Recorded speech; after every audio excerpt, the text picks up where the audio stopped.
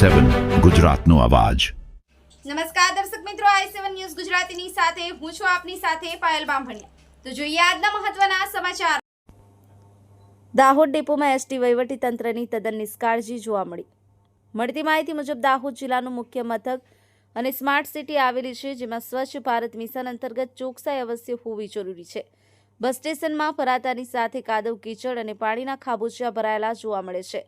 આવતા જતા પેસેન્જરો બસમાં ચડવાની ઘણી તકલીફો જોવા મળે છે અને કહેવાય છે કે Dahod smart city depot manager શ્રીની તેમની ફરજોમાં તદ્દન નિષ્કાળજી જોવા મળે છે।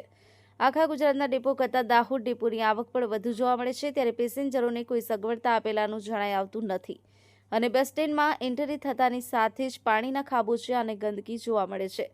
ડિઝાસ્ટર મેનેજમેન્ટનો સરેઆમ ઉલ્લેખન કરવાનું સ્પષ્ટપણે જોવા મળે છે। આમ દાહોદ એસટી વહીવટીતંત્રની નિષ્કાળજી બદલ ઉચ્ચ લેવલના અધિકારીશ્રીઓનું સ્થળ મુલાકાત લઈ અને જવાબદારો સામે કડકપણે જવાબદારી નક્કી કરે છે કે પછી સબસલાવતના ગાના ગાતા રહેશે તે જોવું રહ્યું।